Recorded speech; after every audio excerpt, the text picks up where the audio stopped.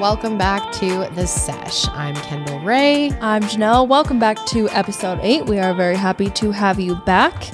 Today we are going to be having a therapy sesh, is what we're going to be calling it. Yeah, first of many, hopefully. We've Yes. had this idea since we thought of this podcast back a long time ago, that we wanted to have some episodes where we get into some pretty deep and emotional discussions. It's going to be a therapeutic conversation, and we're going to color, we're going to have some tea. We're just going to really open up to you guys and get our emotions out. You know, it's good to talk about your feelings. It's good to talk about your fears. Yes. It's good to cry. Yes. We both believe in that. Yes, absolutely. And obviously this podcast is supposed to be fun and lighthearted for the most part, but at the same time, I feel like it's important to both of us to be able to have a platform that we can really open up to about the things that aren't, so happy and great, because obviously our lives are not happy and great all the time.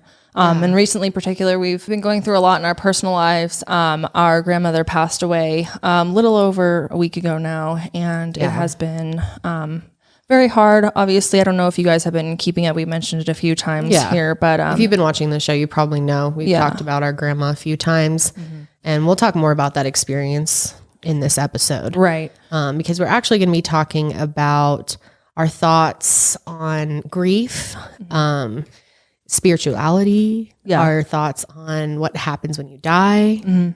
Yeah. Some heavy stuff. Exactly. So definitely a warning to you. This is going to be a deep episode, but hopefully you'll find it interesting. We both have some things to say. Yeah, definitely. And obviously we're calling it therapy sesh, but I want to make this very clear. Please, if you are actually needing therapy, please go seek therapy. I am not a therapist to you, and neither is Kendall. So. And we're not giving each other therapy either. I'd like to make that clear. We both have our own therapists. Yes, we're we having do. a family therapeutic discussion. We just felt like it was kind of a fitting term. And so, and honestly, we'll see how this goes, because not gonna lie, it's a little nerve-wracking. I'm kind of feeling the stress already talking about all this so soon after we lost our grandma, and we debated, should we do this? Should we not? But we think it's gonna be good for us. Yeah. And hopefully good for some of you out there. I know so many of you commented that you've recently lost loved ones, and this is such a weird time with this pandemic and everything. And so I think there's an extra layer on top of it to talk about is losing a loved one during this, because that is just so weird in and of itself. Yeah, it really has been. And so, we are hoping that this will be something that you guys enjoy and are cool with us, taking a step back and being a little bit more serious. Yeah, I think a lot of you will actually really like this type of episode. Ish. As we've said before, it helps us both to talk about emotional things like this and kind of free ball it, if you will. Yes. A little more than our other episodes where we're a little more structured if we have coloring books. Yeah. I know so many of you relate to this. I saw so many comments last time that are like, oh yeah, I always like to doodle or, do something. Fidget with something. Yeah. Yeah. For It me, is it really helpful, helps. It just especially flow. our ADD overstimulated millennial minds these days. Yeah. We got to have constant something going on. So it does kind of help to get the juices flowing when you're able to not be staring right into the camera. Yeah, the camera is definitely intense. And like I said, we're going to be talking about real stuff. This is heavy for us. Yeah. And I think a lot of you appreciate us opening up like that. But before we get too serious, we're going to start on a fun note and start with our topics. Opening up with this week, people, Ellen big update. says she's sorry. And it kind of went down like you said. I had quite a few people tweeting me and being like, hey, it's exactly what Janelle said. That was funny. Hey, man, she comes out. She's like, hey, guys, welcome to season 18. We'll play a few clips here. I'll throw them in. Let's put in some clips All right. if you haven't seen it. I'm sure a lot of you have. Yeah, for real. Oh, boy. Welcome to season 18 of the Ellen DeGeneres Show. If you're watching because you love me, thank you. If you're watching because you don't love me, welcome. All right, let's get to it. As you may have heard, this summer there were allegations of a toxic work environment at our show. And then there was an investigation. I learned that things happened here that never should have happened. I take that very seriously, and I want to say I am so sorry to the people who were affected. We have had a lot of conversations over the last few weeks about the show, our workplace, and what we want for the future. We have made the necessary changes, and today we are starting a new chapter. Also, articles in the press and on social media that said that I am not who I appear to be on TV because I became known as the Be Kind Lady. The truth is, I am that person that you see on TV. I am also a lot of other things. Sometimes I get sad, I get mad, I get anxious, I get frustrated, I get impatient, and I am working on all of that. And if I've ever let someone down, if I've ever hurt their feelings, I am so sorry for that. If that's ever the case, I have let myself down and I've hurt myself as well, because I always try to grow as a person. So first of all, can I say her outfit choice is a little interesting to me? Like white on white. Who dressed her? And with the blonde, it just looks a little like white. She's holy and pure. A little white. I don't know. Maybe they were trying to make her, look like an angel. Pure Ellen. Pure Ellen, yeah. I don't think so. She was very also funny in inappropriate times, I felt like. And it like was uncomfortably funny and unnaturally trying to be funny. Like she wanted so badly to come off as lighthearted. We're just going to go in and just... It's all good. Like, I'm going to address this. You know, I'm not going to run from it. But, like, it hasn't destroyed me, guys. No, I'm fine. It's okay. But she looks kind of, I don't know. To me, she looks a little tired. She looks a little, like, haggard to me. Like, she's been through a lot this summer. Yeah, she I was tired. Like, that's not... I think we all look a little tired, honestly. Shit, that's true. I look tireder post-pandemic, I think. Yeah, right. Everyone, you know. I don't know. She just looks like she's been really upset about this. Yeah. And I think she's probably been through a lot of stress too, because not only has her show been under, critique, but then her actual character, like her personal character has been. And so she addressed like, I know that I've been named as like the be nice to people person or whatever, but I'm also just a human in general. Like I get angry and I get frustrated and I get upset and blah, blah, blah. And so it's okay. I'm human too. Mm-hmm. And I was like, yeah, I agree with that. But that doesn't mean you can be an asshole though.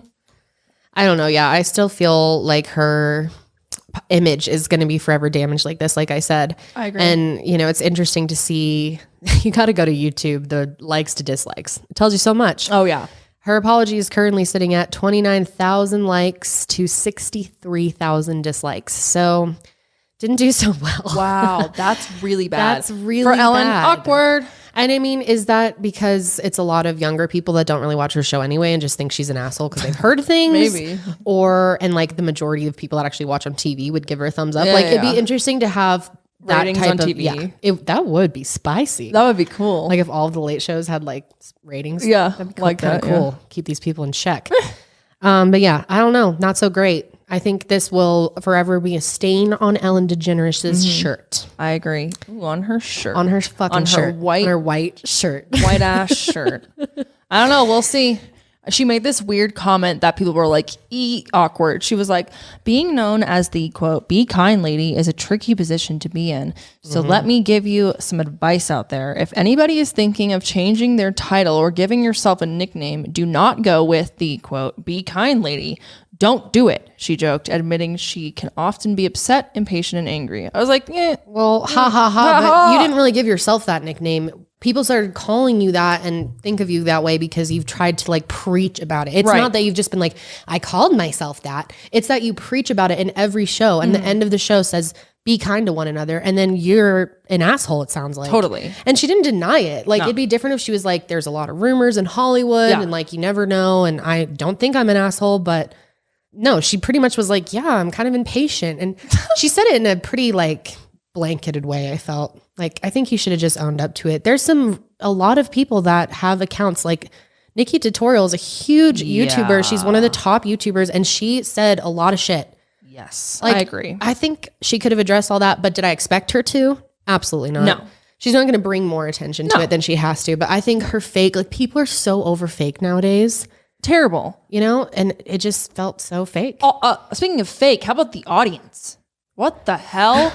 If you guys didn't see, there were like these giant vertical like TV screens that had like zoomed in people's faces that people were like calling in, video conferencing. And they're probably like Ellen's top fans. Yeah. It was so cringe. I want someone that's going to boo from their screen. Me too. I want someone to like flash their butt at their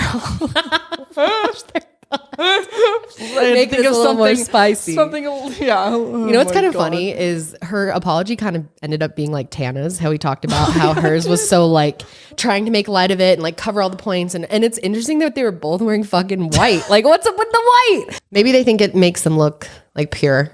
That's got to be it. And innocent. Yeah, innocent. So, I don't know. I think Ellen's pretty fucked.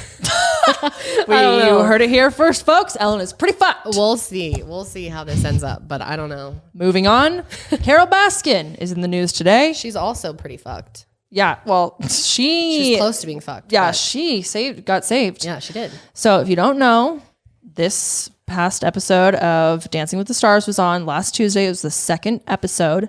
And I guess during this episode, they aired a clip of Carole. It was like kind of behind the scenes, like get to know the celebrity, you know, like the little clips they'll film beforehand. They're just juicy tidbits to get people to come and watch. Well, hers was like basically getting really upset and crying on camera. I personally actually even haven't seen the clip because I haven't been able to find it on the internet. Yeah.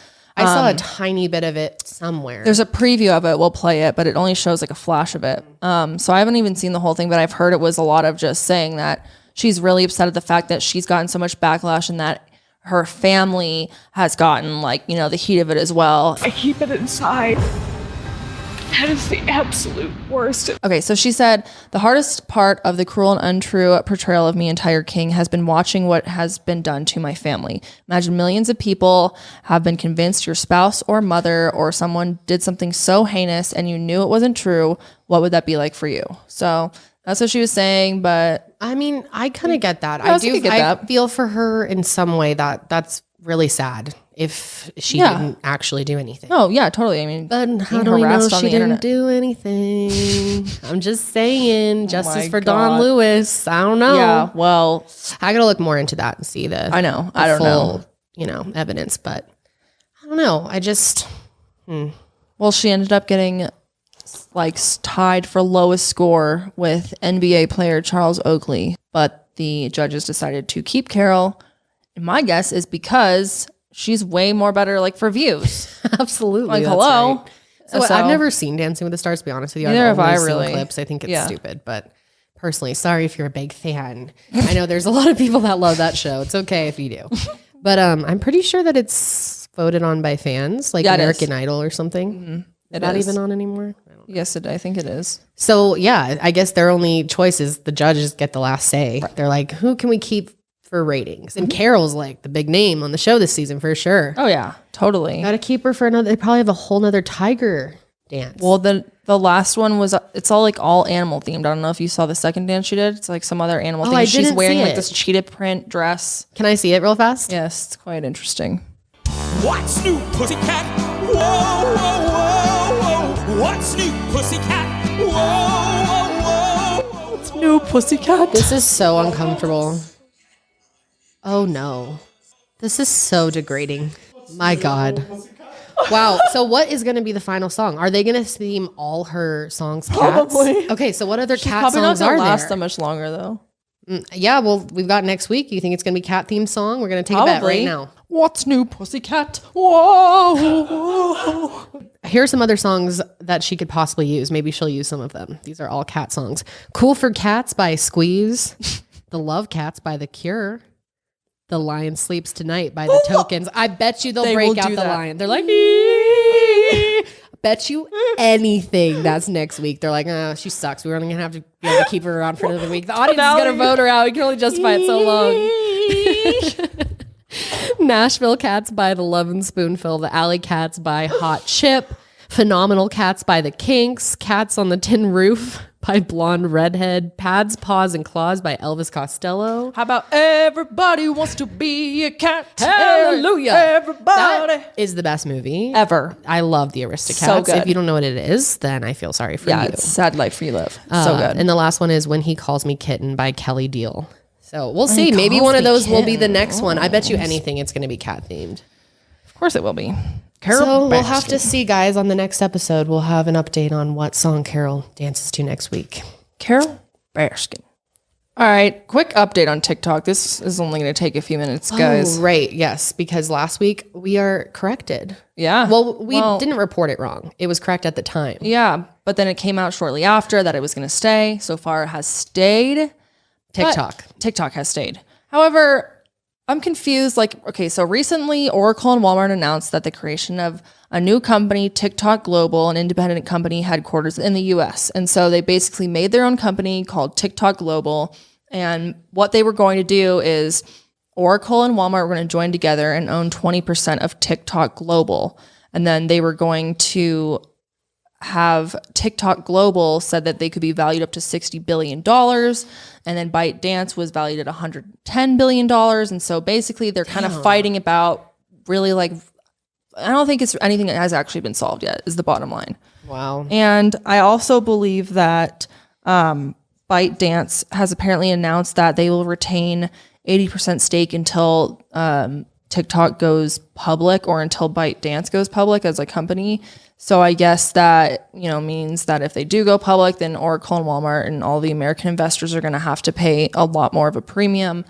And so it's just kind of a giant mess. And honestly, I feel like it's changing all the time. Yeah, by the time this episode goes up, it'll probably be different. Yeah. We really thought that was the end of TikTok last week, but then it was like an hour later. Yeah. I was like, I knew it was going to end. Come on. Yeah, I know. So they'll figure it out. I don't know what they're doing, though. It's kind of stupid. Gen Z would rage. Gen Z would raid the White House, kill Donald Trump. It'd be a disaster. TikTok ended the world. TikTok started That's World War the pandemic, yeah. Oh, dear. Oh, my gosh. Anyways, that's our spicy topics for the week, guys. And now we're going to make a cup of tea. Yes. Ooh. We have some delicious Earl Grey here, some cream and honey. This is almond milk creamer, by the way. Oh, wonderful. I know. It's great. Love that. I find tea to be so comforting. Oh, yeah. My mom always made me tea growing up.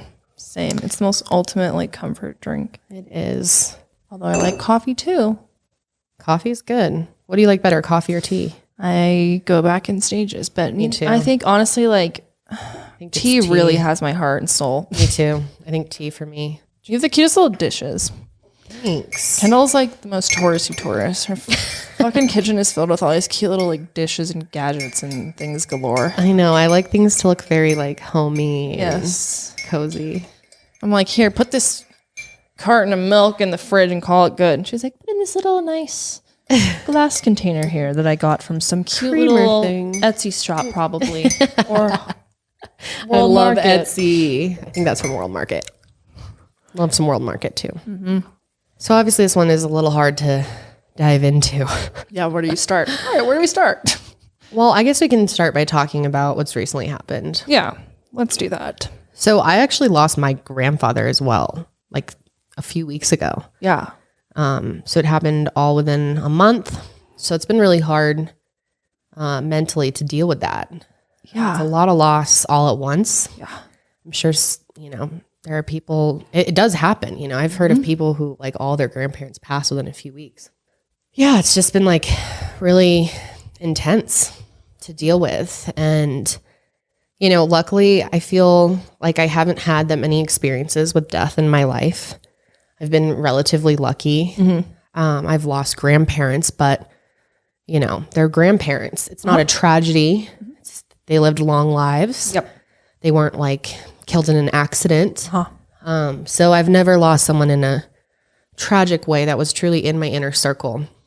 I lost a few friends, I guess you could say. They weren't close friends, though, to suicide in high school. It was probably my first experience with someone dying.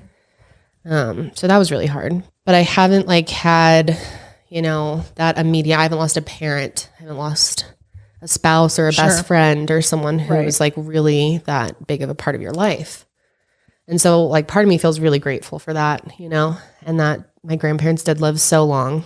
And our grandmother, as we explained, she passed from Alzheimer's, mm-hmm. which is incredibly hard to deal with and very weird because it kind of felt like we were slowly losing her mm-hmm. over years. Yeah. It felt like we were grieving her while she was still alive. Yeah. Which was very weird and very confusing for your mind, I feel, because you're trying to, because typically, not typically, pretty much always what the end result of Alzheimer's will be. And so you kind of have to at least from what my experience was you're kind of trying to prepare yourself, but also cherish the moments you have, but also understand what the ultimate thing is going to be so that there's a dark thing in the back of your head that's it's never going to be this good. It's only going to get worse from here. And so it's it's hard to balance, like, do I grieve them? Do I cherish the moments that I have with them right now? Like, doing all of that at once is confusing. And I think Alzheimer's is not the only thing where people go through that. Of course, there's tons and tons of diseases where people are slowly, getting their lives taken from them or leaving this life. And so, I think a lot of people can relate to the fact of, like, you're slowly watching someone leave, knowing what the end result will be. And you're trying to navigate, like, how do you go about mourning them while they're still here, and also trying to, savor the moments you do have with them. Yeah. And then it's a strange thing when they do pass, because part of you feels like you've already grieved a lot, and you're almost like, I feel weird even saying this, but relieved in a way because they were suffering so much. Right. And, I mean, I gave my grandmother her last meal, actually. And it was just, my last moments with her were really, really hard. And it's just like, I didn't want her to suffer like one more day. Like, I never wanted to see her like that again. Like, and if you've seen Alzheimer's before, you see it goes downhill fast sometimes. Like, our grandma was okay like a few weeks ago. Yeah. And then it was like, it seemed like overnight she just really went downhill. And, I mean, luckily I did have one moment where she remembered who I was, but most of the time I was with her, she didn't remember. And I know you had the same experience. Yeah. Yep. That sucks.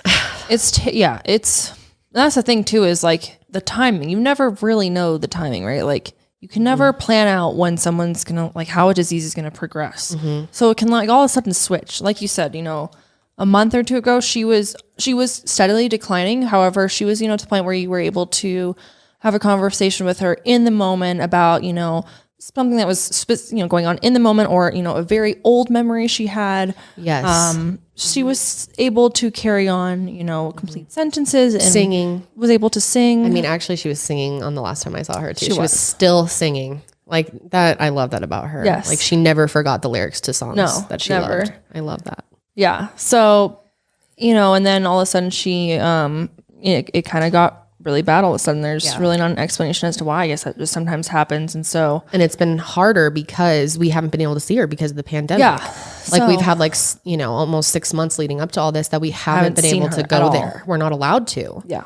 They eventually started doing outdoor visits, like right before she went downhill, but eventually she couldn't come outside anymore because she was in such bad condition. So I'm feeling a lot of guilt about that too, about like, maybe I should have fought. It's for a reason. I'm happy that they have these, like we said last time, the rules that they're following because of COVID. There are other patients in there. I understand why they've had to limit all of that. Right. But yeah, I feel like I should have fought harder to go and see her. Or, it's just hard because it's like, it's so final now, and that's how I felt with my grandpa too. Is like, I wish I had seen him more. I think that's how anyone feels. Right. Like, you always wish you had more time with someone. It's just the idea, like, will I ever see them again? And that's a really hard thought. And I think everyone has, like, we've talked a lot about, everyone has such different religious ideas of what happens. What happens after this. And if you don't have anything like super concrete, then it can be really hard to just like wonder. Right. And I find myself to be like a pretty spiritual person, that I do believe that life continues somehow, but I still find myself questioning, like, will I ever reconnect? Yes. With their spirit, whether life does live on. Yes. It's just that forever is such a long time. Yeah, it is. It's just like, and it makes you feel like the time you did have with them is like nothing. Right. It's like 20 years went by so fast. And I feel like, and I think a lot of you guys will be able to relate to this, this feeling of guilt of like, why did I not take advantage of more time when I had with them when I was younger? And I find myself being like, God, you idiot. Like, you should have paid more attention when you were around them and not been so caught up in, like, no offense, Kendall, but whatever Kendall was doing, and like so obsessed with yourself, and like sat down and talked to them about their lives more. And like, obviously I did that when I was, later on in years, but I think it's like, at the same time though, you can't like, shit on yourself too much, because that's just, you're You're a part child. of growing up and as a kid. So it's this fine line of like trying to not feel guilty. And I think a lot of people can relate to that sense of like losing grandparents and now coming to this realization of like, shit, like I wasted time and now it's too late. I know there's so many things I wanted to know before my grandma got Alzheimer's and couldn't, remember a lot of things. There's so many questions I have for my grandparents that I lost. Yep. Absolutely. Just about their childhood. It'd be nice to just have everything like written down, or I wish I got them to like sit down and do a video. And it's always like, it's hard to accept, and like you said, not feel guilty about it. But yeah, I mean, I think it's all about trying to understand that this is something that everyone has to go through. It's not. Yeah. That's the other thing, is that death is so weird because it's the most like prominent thing, right? Like it happens to everyone. Right. Everyone and everything is going to die here. Well, not here maybe, but it's going to die at some point. So, and what does that really mean? Like, I think we have such an incorrect interpretation of death. Well, I think it's so unknown and we're so scared of it because of that. And so society has put this really big weight on death because it's extremely final, but it's also the most like unknown thing ever is what happens after you die. Yeah. And I think a lot of people would, disagree and say like, oh, I know in my heart, like I have strong faith. And that's not what I'm saying. Like, I'm not trying to discount that, but what I'm saying is like, at the end of the day, there is no like, here's the video of my grandparent from heaven or whatever you want to call it. Hey, we're here. This is the way. Here's my room tour of heaven. Like there's nothing that like you don't know at the end of the day. No one does. And I mean, if you feel really confident in your religion and your beliefs or whether you're not like in an organized religion, you just feel confident in your personal beliefs because that's what you feel, then that's so cool. And I like to think I'm like that, but there's still a part of me that's like so unsure that it would be nice to just, sometimes I am jealous of people that are part of an organized religion because they just have this to fall back on and to be, to at the end of the day, like really believe in. And it gives them faith to keep going. That's why they say faith. Sure. It's faith. Right. Absolutely. Yeah. And sometimes I'm jealous of that. Totally. Because sometimes that would be easier than this just like, I don't know. Who knows? And like, I kind of believe in reincarnation. I kind of believe in spiritual planes and like, I mean, I'm all over the place. Like sometimes I kind of believe that you become an alien and go live on a different planet. Right. Yeah. I mean, I don't know. I'm there too. Right. So it's just like I truly believe that we are not supposed to understand this. And that's part of the human experience, is that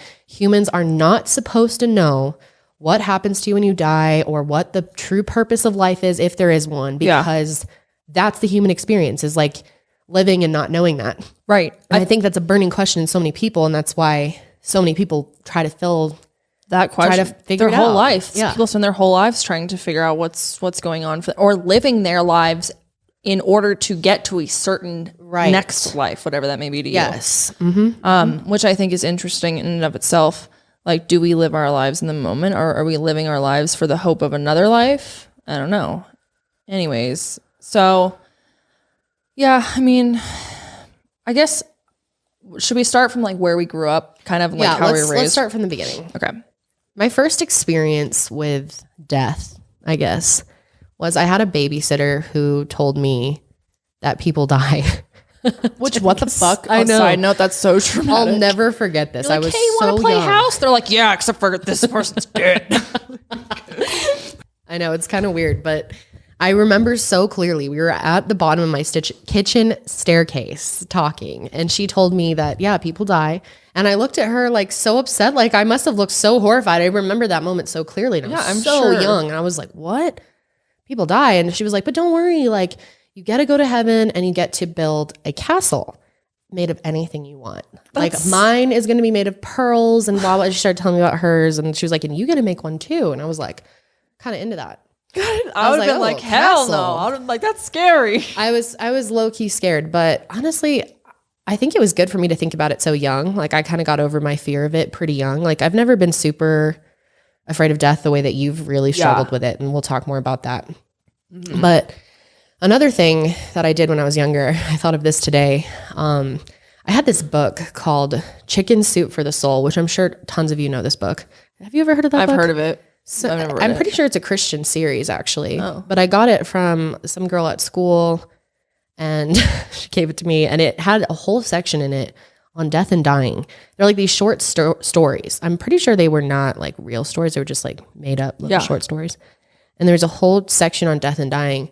And I was obsessed with it. Like, it was the only section of the book I would read. I'd read the stories over and over and over again.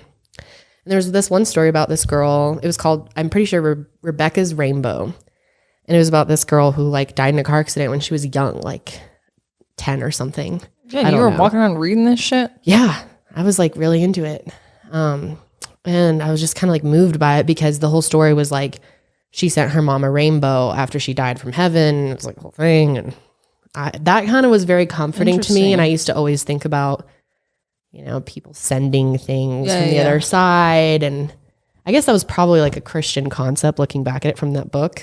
But I don't know something always really fascinated me about death. And I think there's something kind of, I hope this isn't taken wrong, but I think it's somewhat beautiful in like a weird way.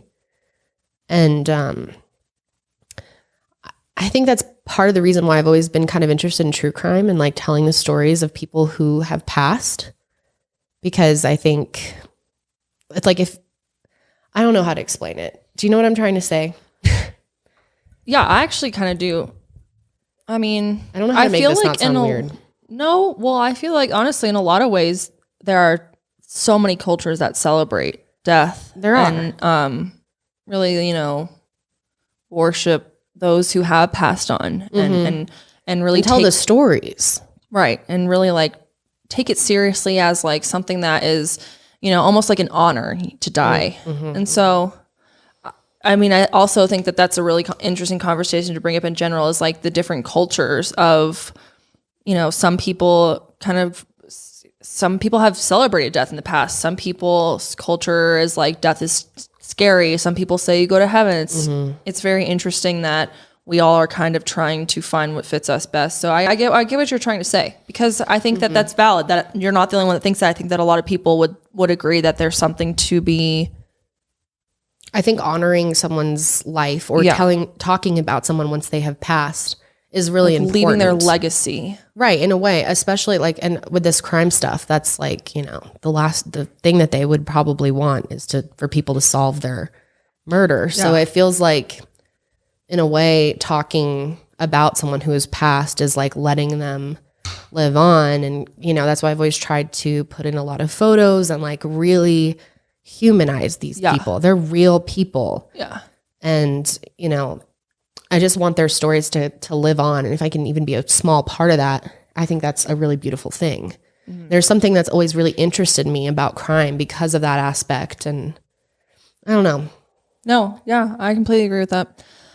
I am the complete opposite. I do not find death interesting. I find it absolutely terrifying.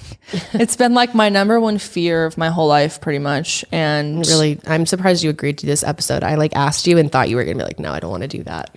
No, I don't mind admitting the fact that I'm terrified of death. No, not that you would not want to admit it, but that you just be afraid to talk about it, or like too sad. No, because I'm trying to, like, I don't want to be I want to be at peace with it. I don't need to be like fascinated by it, but I would like, because I have very bad anxiety when it comes to death and dying, and people that I love dying, and people that I care about getting into weird accidents, and I have, so I think a part of it is that in order to be able to come to peace with that, you have to be able to talk about these things, you know, in a way that's, you know, healthy and not, I mean, you have to be able to talk about it. Otherwise it's going to probably scare me for the rest of my life. Right. Yeah. Sometimes I feel like you just have to face things head on. Yeah.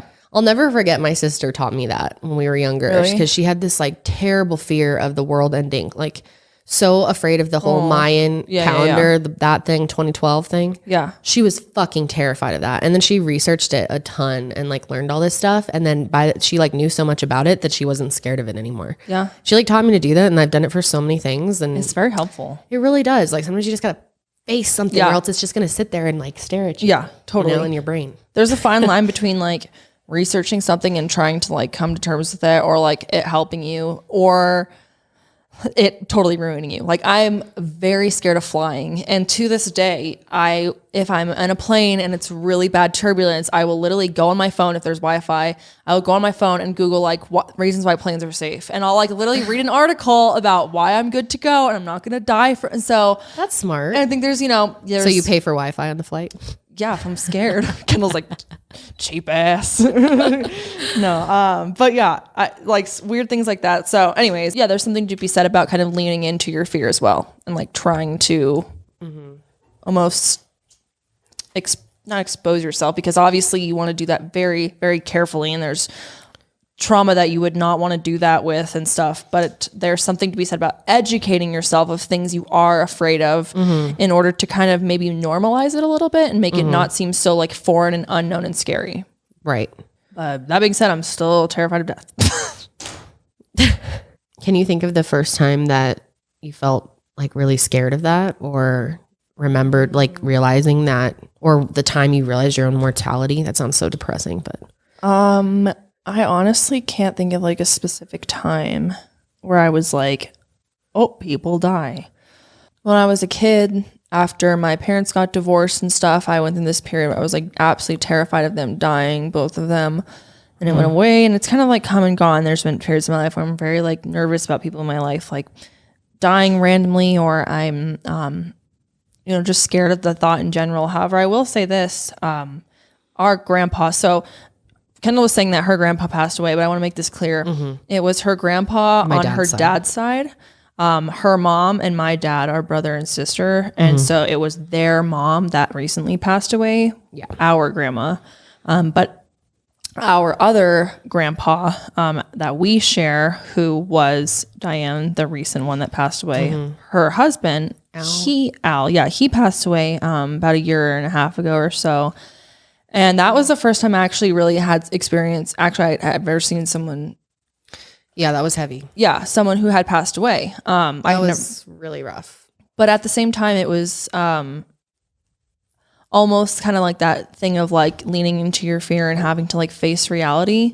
And it has kind of given me some comfort in a way and like made me a little bit less scared. Because that was one of my biggest fears ever, was like seeing a dead body in person. Like I never had, and it was absolutely really terrifying. But I was like, you know what? I need to suck it up, because I'm not going to live my life being like, oh, I was too scared to like say goodbye to my grandpa. Like to go this is good for me and for many reasons. And so I do appreciate the fact that I did that. I think it was really helpful. And me too. I found that to be really healing. Although it was very difficult. We had about 2 weeks of him in the ICU on a ventilator, just in and out of consciousness. It was terrible. Terrible. So to some degree, when he passed, I was like, God, at least he was at peace. It felt like. And that's interesting. That was the first time that I was around someone who was dead, around a body. Yeah. And that was really weird. I kind of had forgot about that. I kind of blocked that out. But I remember now, Josh, you were in there in the room too. And I remember Josh saying how it just felt like he was still in there.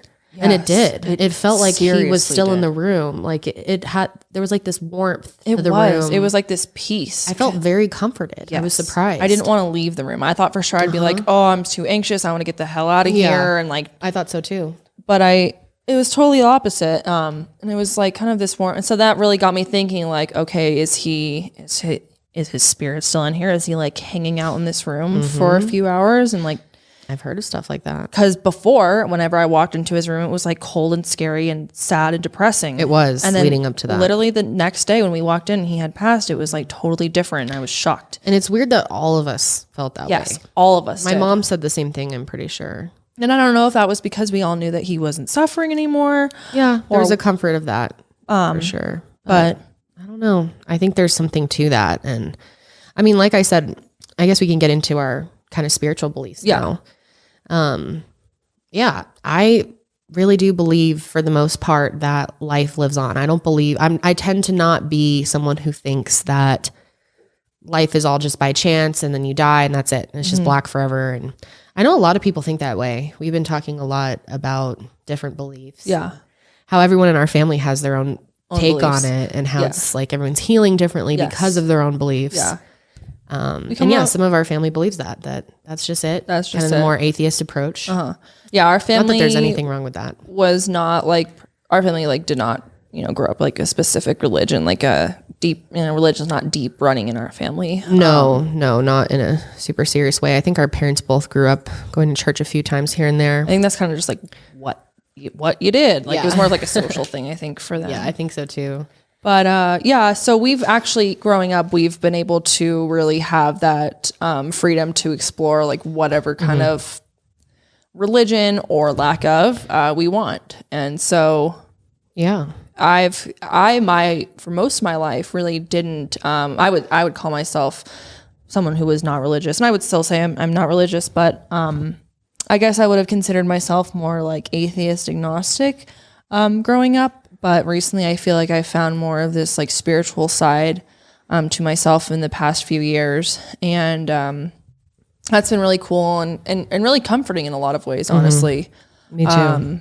And it makes me feel good, but I also like don't want to ever like really put a label on it, because I don't really know exactly what I believe, and I don't want to force myself like into a box. That's like something that's really important to me personally, is to be able to just kind of like, there's no rules to it. Exactly. But like believe what feels good to me. And if, praying to the universe that day feels good to me, then great. Or if, it's kind of like I want it to be very personalized to me. And so that's what it should be. That's the human experience, right? Is like going through this world, and everyone has their own take on it and what they consume, what they believe, how they mold throughout life. That's like what makes it interesting. Yeah, exactly.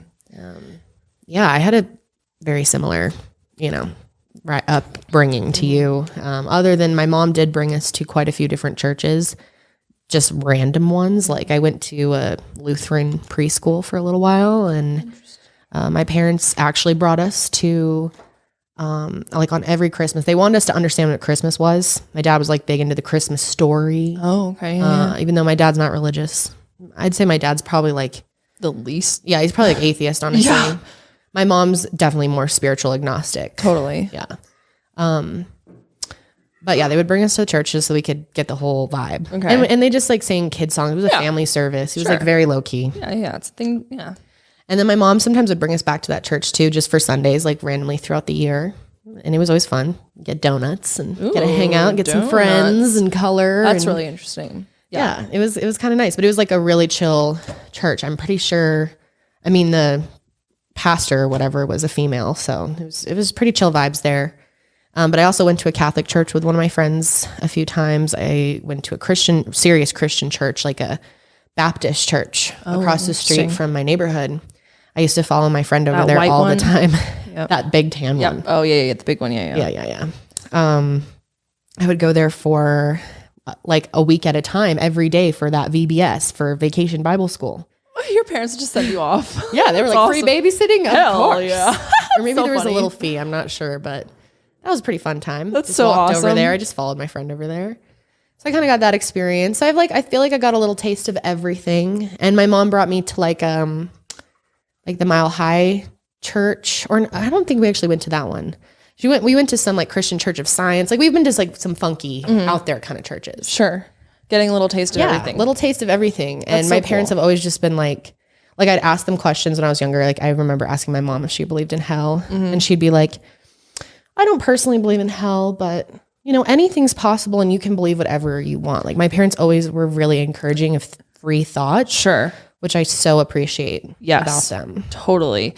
Yeah. My parents, I don't even think I've literally ever been to a church service. Really? If I'm thinking about it, I don't think I've ever been to one. Any type of church service. I think I did attend a funeral that was a Catholic funeral. So there was service that. You've been in a church? Yeah, but I've never been to like a regular church service. My parents like grew up pretty much like raised me pretty much, I could believe whatever I wanted, but they were like, they had really no thoughts. Not a big discussion in the house. No, it was not a big discussion in the house. And so I never really have been to any many, church services and type of religious worshiping, places and stuff, places of worship in general. But I'm really interested in I've always said this, that I would like to go to different places of worship to kind of just see what they're about and get the experience. Not that I'm necessarily interested in like joining, but I'm just like curious what it's like. So that's kind of like my standpoint is I'm like quite on the spectrum of I have very little experience. I would say no experience with religion.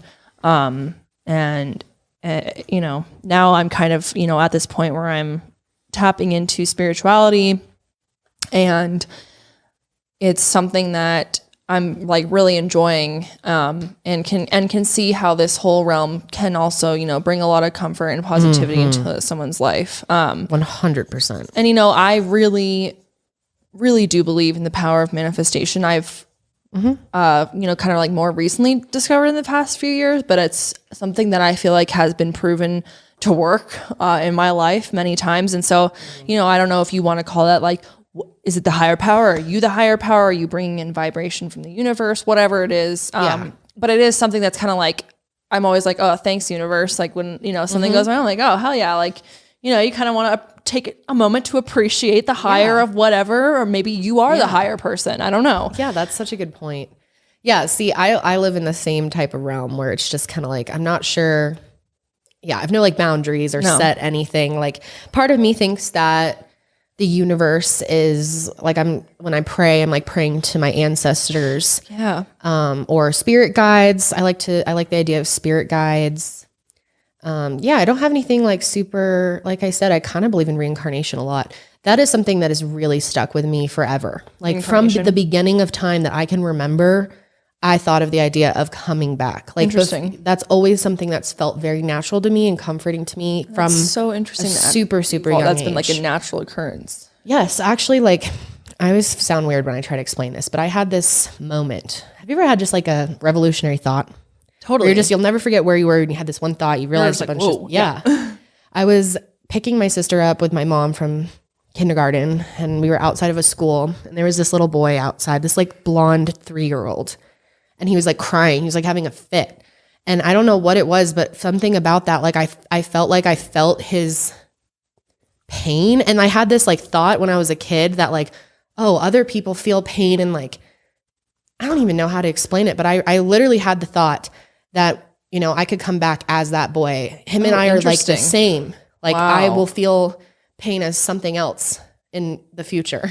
That's I know that's really weird. No, I don't think that's weird at all. I think that's really interesting because it's like, it makes me think like, okay, was there something more to that? Like, was your spirit guide or something like did you just have like a little moment with them? And what was it about that? Like, what was that about the little blonde boy that like really shook you to your core all of a sudden? Like, were you him in your past life? Like, was there something going on in past lives? Like, let's touch on that for a second, a little bit more, because you've done a lot of videos on past lives and reincarnation, you know, folks who claim to have been in past lives.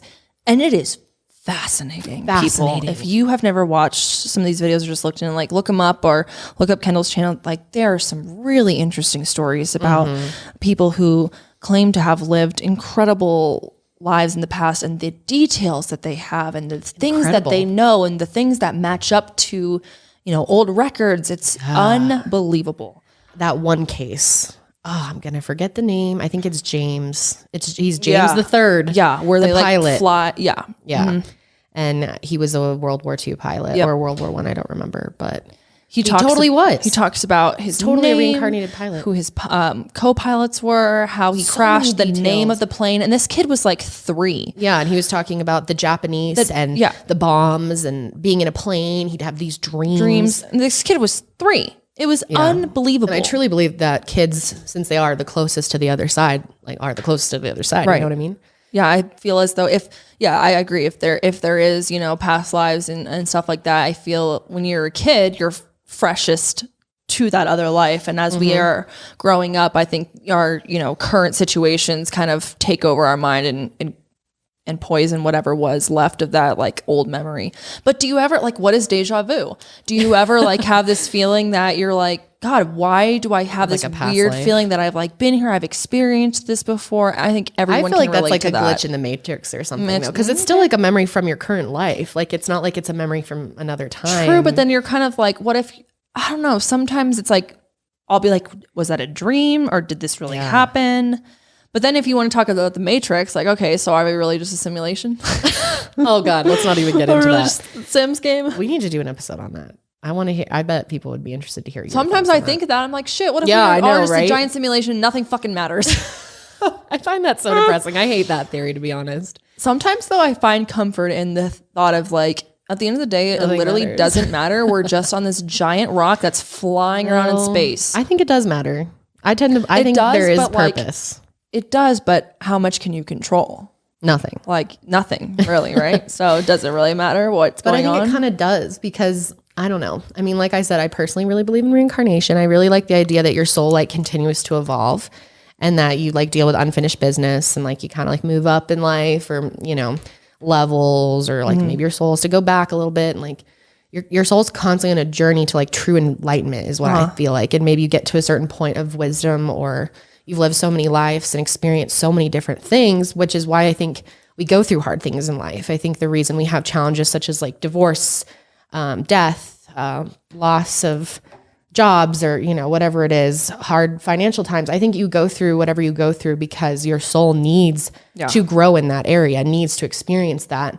And that, you know, you'll hopefully not have to experience that in your next life if you like learn how to deal with it or learn something. Right. Yeah. You know? That's, I mean, self growth at the end of the day. Personal growth. Whether you believe that it's growing for the next life or this life, yeah, you can't deny the fact that those experiences are vital to who you are as a human. And I think, I mean, that's something I've like always at my core just felt like it just feels right to believe that even before I knew all these details about reincarnation and these amazing cases. I mean, that's really solidified my belief in it. Gosh, yeah, some of them are wild. Yeah, they really are. I kind of love that I don't have any like solid beliefs though, that I like sort of believe this, sort of believe that. I'm here, there, whatever. Me too. Because it doesn't, like, I'm just able to go through life and experience and be open to new ideas as they come and just adjust as I live. And I would love to hear a podcast of myself in like, you know, when I'm like 80 or something. Hear what my final thoughts are as I exit the world. Yeah, you know? totally. I think that's just kind of cool to be able to experience it all. Right. And kind of pick and choose. Yeah. Like, I'm so grateful for that. Absolutely. I agree completely. And, you know, not feeling like I have to like conform to a specific set of rules for me personally, like is something that's very important to me. And just in life in general, I don't like conforming to specific rules. I like kind of doing what feels right in the moment. Yeah. And doing what I want to do and not feeling like guilty about it. So, and some people are so the opposite. And like I was saying earlier, like in a lot of ways, I'm kind of jealous of people that have organized religion because I think it's such a good thing to meet up with a group of people who hopefully want to lift you up and at support church you and make you feel good. A community. I think there's absolutely nothing wrong. And I think it's wonderful if you find a place, whatever that may be, whether that's a club or a sport or a church or, you know, whatever, where you feel good at the end and you know, you leave feeling good and you leave feeling inspired to be a better person I think that is wonderful no matter where you find that. And hopefully, I know it's not always the case, but I think it was supposed to be this way that religion is supposed to inspire people to be good, right? Right. Like I feel like most religions teach you like, you do this, you be a good person. Be a good person to others. And maybe sometimes people are hypocrites with that, but that's the goal, right? Like I feel like you can learn some really good things. And Josh spent a lot of time in church growing up, and I think he learned a lot of good things from it. Yeah. Like qualities. And I think there's a lot for me personally to take. I think there's like many things to be taken from each religion.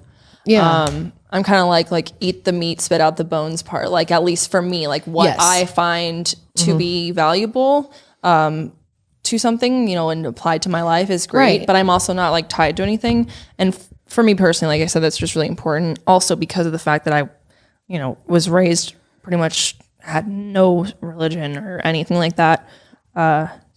Well, isn't it so interesting to think about how your parents have such an impact on what you end up believing in life? Like most people who are religious in some type of organized religion are in that religion because their parents were. Yeah, a lot of most people. Yeah.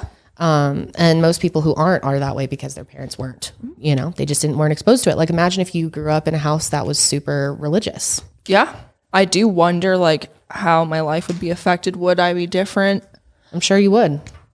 And so then it just kind of goes back to the whole idea of like your upbringing is so strong and are you ever really like supposed to be a specific someone, even though like it's all like the butterfly effect. What happens if one little thing is different in your life, how different your entire life can be. Oh yeah. I know. I love thinking about that. It's butterfly effect. Yeah. If you don't know what the butterfly effect is basically, the idea one thing can make a ripple effect and cause a bunch of other things to happen or not happen. Yeah. Making one different move in life. Like the biggest example of the butterfly effect is if they missed when they shot him and he lived. Yeah. How would the world be different? How would the world be different? Or what if how many things Nikola Tesla didn't get screwed over, and he like became the next world Einstein. Renowned. Wasn't exactly? I mean Edison, yeah. Edison, Einstein. But yeah, I know it's really interesting about. How do you think that you've been able to come to terms more with the idea, or not be so terrified of death? Because I feel like you've gotten a lot better. Like the fact that we can even have this podcast is huge for you. I think. That we can sit here and openly talk about something so intense. Like I remember for a long time, you'd kind of run away from things that scared you. Yes. Yeah. I think a lot of things have, played a fact in that. One, I think, like I said, Grandy or Grandpa passing away and me physically being there was almost like ripping off the Band-Aid for me of like scared of like, oh God, what's it going to be like being around a dead body? Like, is it crazy? And so it was kind of like, experiencing it as like, okay, you're okay. It's okay. And actually it was kind of peaceful and beautiful in a weird way. It was more peaceful than seeing him.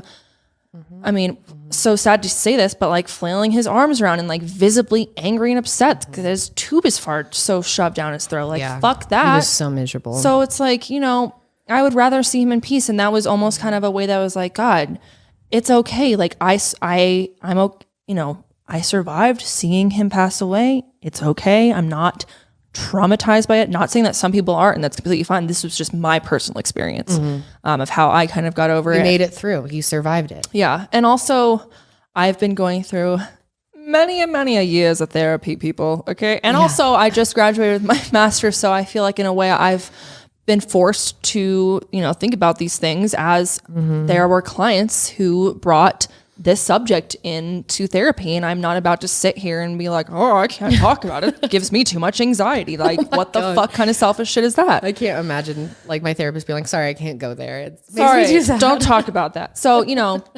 obviously you have to know your own boundaries, but at the same time, I was like, listen, this is important to, I'm not saying I'm fixed by any means. I'm still very scared of death. I would say that's probably my biggest fear in life. How can you it's really hard to like, who doesn't fear death at all? Right. Of course. Yeah. But I'm trying to let it, just be what it is. And therapy helps people. That's really what I owe it to is my, lots and lots of sessions of therapy talking about it and kind of learning ways to cope with it when it was I would have a lot of like intrusive thoughts about like someone that I love, like getting into a bad accident, and like I couldn't like get the thought in my head or like something. And so I was able to, find ways that I can kind of, train myself to cope with it and not let it snowball into this giant stormy anxiety attack. Like, no, we're not going there right now, Janelle.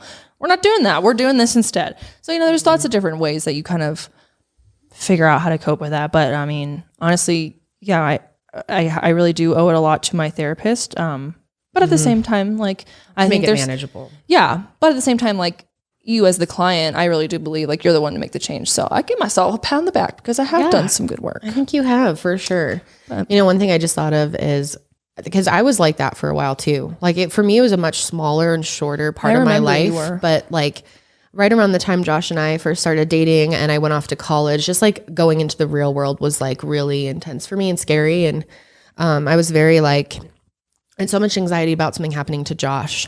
Or sometimes my parents. Like sometimes my parents would go out and they wouldn't answer their phone. They'd be out late at night and I'd be calling them and I'd be like hysterical because they weren't answering the phone or something. And it wasn't even that late. Like I would just get worried like, oh, their Uber crashed or something. Like worst thought scenario. Right. Yeah. And they're not answering and blah, blah, blah. Whenever it's just they were in a loud place and didn't hear the phone. Yeah. And like I always thought something would happen to Josh. I always thought he'd be like, I'd find he's in a ditch. If he's not answering his phone, his car flipped and he's in a ditch. Totally. I have that. Yep. And like I would call him off. I would call him over and over again, and it used to drive him crazy. And we were 18, 19 at this time.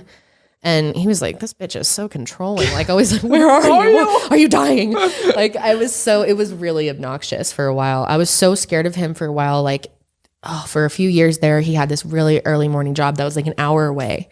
And he had to wake up at like 4 and drive in the dark. And I just would always think he'd like fall asleep at the wheel and crash.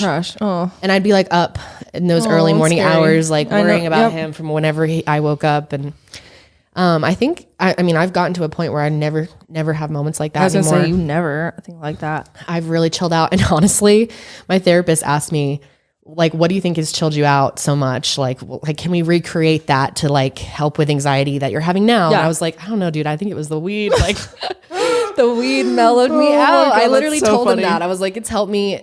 I can't even tell you how much it's helped me. And I know for some people it makes it worse. Sure. It can. But for me, it has helped with the anxiety so much. But one thing I think mentally has helped me in so many ways is this spirituality, like finding spirituality and manifestation. Yep. I want to do an episode on manifestation because it is something that we both really believe in. We do. But we are kind of like trying to figure out how you actually make a full episode on manifestation. Right. It's like it's kind of a simple concept. Right. What do we specifically talk about? So It'd you be guys great to have get like an any expert on. ideas or like, if you guys, or any of you are experts out there and want to come on, let us know. But like, I think it's so overused now, and it's like it's become it kind of is. like trendy. Yeah, it is. And people really misuse it and like are like, oh, if I just pin a picture of this car, it's gonna show up in my driveway. Right. It's like I don't necessarily believe that it works quite like that. Yeah. But I remember like times when I'd have anxiety in planes, thinking it was gonna crash at the end. Like I would start manifesting like landing on the ground, picturing the wheels hitting the ground, picturing a long life with my, like if I ever worry about either of my parents passing, I picture them when they're like 85, like try to picture them old. Yeah. Picture me and Josh old together. And I just have those thoughts and they comfort me because I truly believe that that picturing those things and seeing my life play out the way I want it to will bring those things to me. I really do believe that. Yeah. I And believe that's that helped as me well. a lot. That's helped me a lot. Yes, I do believe that what, type of vibration or radio signal, if you will, you're putting out is what you'll get back. And I have found that, kind of proof in my life before, and it's really interesting. And whether it is like hoo-wee-ha or whatever, like I don't really care. What if did you it's just say? Hoo-wee-ha? hoo-wee-ha, like some weird like like woo, like weird shit. Like I think Some a lot of people, pseudoscience. exactly. I think a lot of people are like, oh, manifestation. Like even if it is that, I don't really care. It makes me feel comforted. It makes me feel good, and that's Makes fine. you feel comforted? comforted. Comforted. It makes me feel comforted, and it makes me feel good, and that's does. really all that. I think that if you're using it, for yourself and not pushing your beliefs on others, then that's really. I like to share it with people just because I think the concept's interesting. Yeah. But I never like push it on anyone because I know it's so like, I don't know if it's for sure true. Could all be in my head. Could be a placebo effect. Right, could be a bunch of hooey. That's what I was looking for. I mean, I feel like I've seen enough examples of it working in my life though. Yeah. I mean, I feel like I've manifested, my God, my whole life. It's really interesting. So I don't know. It's something I like, I've like seen the proof of. Do you always say seeing is believing? And I've kind of seen it. So that's why I think for me, it's so strong. It is. Absolutely. I'm really curious about what all of you think when it comes to what happens. Like everyone has such a different interpretation of this kind of stuff. Totally. And I know, I mean, it's not unique to have a fear of death. No, it is Doesn't not. everyone? Everyone does, yes. We all have our own experience with it and, varying degree of how much you struggle with the idea, but it's there for everybody. That's the thing is like, it's something that's so scary to everyone, but also is the thing that happens to all of us, right? Yes, And Josh everyone. always tells me this. He loves this one quote. It was on his Facebook when I first met him. What's it, Josh? Can we switch over to you for a second? Yeah, the quote Kendall's referring to is a quote that I had on my Facebook page for a long time. And it's from J.R.R. Tolkien's books, The Lord of the Rings. And it's actually a quote by, the quote is said by a character Gandalf. And I'll just read the whole quote because it's about death and it's very good. It says, no, the journey doesn't end here. Death is just another path, one that we all must take. The gray rain curtain of this world rolls back and all turns to silver glass. And then you see it. And then the other character, Pippin, says, "What, Gandalf? See what? White shores and beyond a far green country under a swift sunrise." And I've always loved that because I've always kind of thought of that as like, you know, whatever's next, I hope it's as beautiful as that sounds. Totally. I love that. I like that a lot. It's very deep. Like seeing that on Josh's Facebook. I was like, wow, this dude's deep. Death Josh is one. would have that on his FB. I know. Hell yeah. I know. Well, honestly, I feel like this has made me feel really good to just kind of talk. It has, talk about honestly. this. Yeah, I was like, I don't really want to just keep like playing pretend like we're not like going through this really sad thing in our life on here. And it's so hard to get on here and just be like, oh, it's so fun, man. Yeah. Which you know, it we is. have been able to kind of like unplug from everything and just kind of have fun here, which has been been awesome. But at the same time, like I really wanted to be able to have these, you know, more deeper discussions and more like intimate moments. So thank you guys for sticking around. If you guys are watching till the end, I know this was probably a little bit heavy, but I really want to hear what you guys have to say in the comments and just kind of your thoughts on this whole thing in general. These are mostly Mile Higher viewers. I mean, they're deep. Totally. That's what I'm saying. These homies are deep. They are. But we'll be back next week. I think we're going to be talking about The Social Dilemma, which is a Netflix documentary that just came out. So if you want, you could watch it in between the next time we upload so that you kind of like are in the know with what we're talking about. Yeah, we haven't even watched it yet. So yeah, it's going to be a good old reaction. For a treat. I've heard so too. And I'm pretty excited about it. Trippy. Anyways, guys, thanks again for joining us. We really appreciate all the love you guys have given us on the recent episodes, especially regarding our grandma. Just want to thank you again. It means a lot to our whole family. Yeah, our whole family like cannot believe how sweet everyone's being. So thank you guys so much. We will see you on the next sesh. But until then, keep it fresh.